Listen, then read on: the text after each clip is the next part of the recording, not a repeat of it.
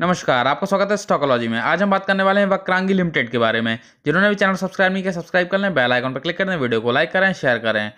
तो अब हम रिजल्ट्स को देख लेते हैं। आपके सामने कंसोलिडेटेड रिजल्ट हैं, जो आंकड़े दिए गए हैं वो है लाख में। सबसे पहले रिजल्ट की फॉर्मेट को समझ लेते हैं। जो आपको सबसे लास्ट में कॉलम दिखाई दे रहा है वो मार्च 20 क्वार्टर के रिजल्ट हैं।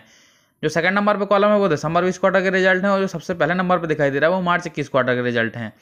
बात करते हैं टोटल इनकम की, तो मार्च 20 क्वार्टर में टोटल इनकम थी 22,398 लाख की, जो कि दिसंबर 20 क्वार्टर में 9,217 लाख की हो गई, और मार्च 21 क्वार्टर में ये 11,949 लाख की हो गई।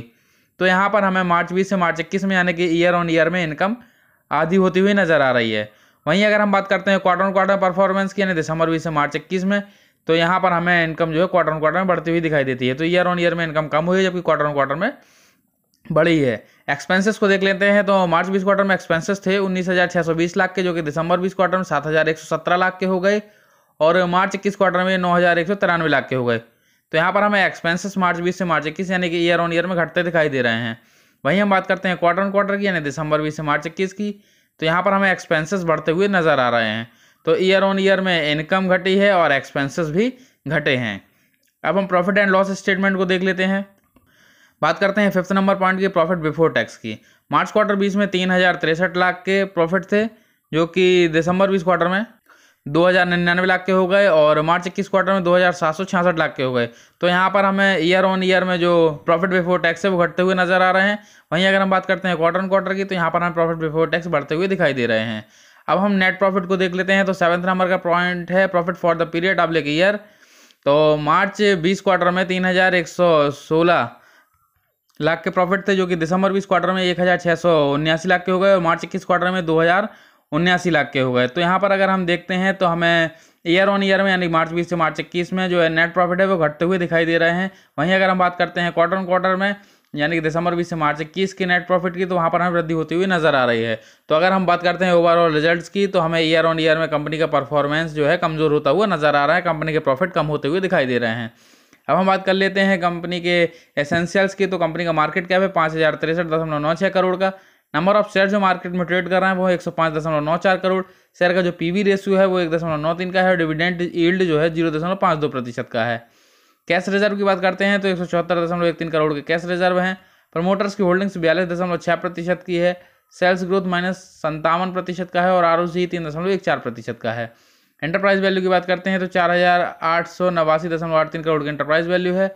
शेयर के पी रेशियो की बात करें तो 81.79 का है। फेस वैल्यू ₹1 है, और बुक वैल्यू 24.75 रुपये है। कंपनी के कर्जों की बात करें यानी डेप्ट की, तो वो 0 है। तो ये भी काफ़ी अच्छा है कि कंपनी कर्ज मुक्त है। EPS 0.58 रुपये है। ROE 2.56% का है, और प्रॉफिट ग्रोथ 219.75% का दिखाई दे रहा है।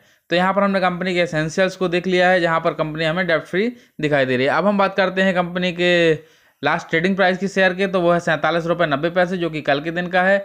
लास्ट ट्रेडिंग डे की परफॉर्मेंस की बात करते हैं तो 0.31% रही, यानी कि पॉजिटिव रिटर्न्स रहे। 52 वीक्स हाई यानी 52 हफ्तों के सबसे उच्चतम स्तर की बात करते हैं तो ₹69.85 है, जो कि 31 दिसंबर 2020 को बना था। अगर हम बात करें 52 वीक्स लो की यानी 52 हफ्तों के सबसे निम्न स्तर की, तो ₹24.50 है, जो कि 24 सितंबर 2020 को बना था।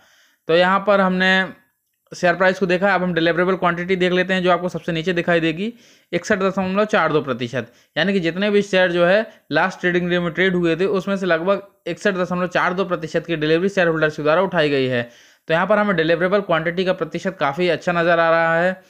अब हम देख लेते हैं कंपनी के पिछले 4 वर्षों की परफॉर्मेंस को कि किस तरीके से परफॉर्म करके दिखाया है। तो कंपनी का 2017 में रेवेन्यू था 4.01 हज़ार करोड़, जो कि 2018 में बढ़कर 6.54 हज़ार करोड़ हुआ। 2019 में इसमें भारी गिरावट आई और 1.59 हज़ार करोड़ रह गया, और 2020 में ये 0.77 हज़ार करोड़ हो गया। तो यहाँ पर 17 से 18 में तो हमें कंपनी के रेवेन्यू बढ़ते नजर आ रहे हैं, लेकिन 18 से 19 को देखें या 19 से 20 को देखें तो यहाँ पर हमें रेवेन्यू लगातार घटते हुए दिखाई देते हैं। अब हम प्रॉफिट एंड लॉस को देख लेते हैं। तो 2017 में कंपनी का जो प्रॉफिट था वो था 0.53 हज़ार करोड़, जो कि 2018 में 0.68 हज़ार करोड़ हो गया, यानी कि यहाँ पर वृद्धि हुई। 2019 में ये 0.03 हज़ार करोड़ रह गया, और 2020 में ये 0.07 हज़ार करोड़ हो गया।